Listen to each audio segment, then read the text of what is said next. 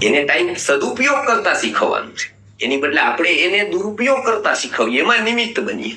એટલે આપણે સારું કરીને ઘણું ખોટું કરતા હોઈએ કે આપણને ગણિત ન ખબર, આપણને ખબર ન હોય ઘણી બધી વસ્તુ, અજ્ઞાનથી કરતા હોય છતાં પણ આપણને લાગે છે પાપ. એટલે પેલું વ્યક્તિગત વિકાસ આ મહત્વનું છે. મારો આત્માનો વિકાસ મારે કરવાનો છે, મારા પંચકોશનો વિકાસ મારે કરવાનો છે, મારા જીવનમાં મારે ગુણનું સંવર્ધન કરવાનું છે.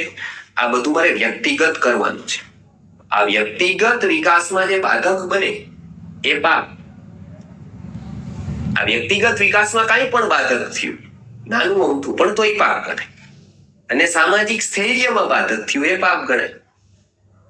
આ બંને જેમ જેમ ઓછા થતા જાય એમ એમ પરમાત્માની સાથે ફ્રીક્વન્સી વધતી જાય.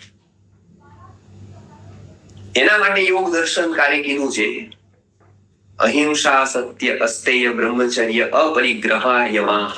5 યમનું વર્ણન કર્યું છે. એ આ જ વસ્તુ છે. 5 યમ છે એ આ 3 બેયની સાથે સંકળાયેલા છે. કાંઈ વ્યક્તિગત વિકાસની સાથે હશે, સામાજિક સ્થૈર્યની સાથે હશે. એ બેયમાં ડિસ્ટર્બન્સ જે ન કરે અને બેયનું સંવર્ધન કરે એ તત્વ છે. એ શું છે તો કે એ પાપથી બચાવે. તો આ પહેલી વસ્તુ થઈ ગઈ. એવું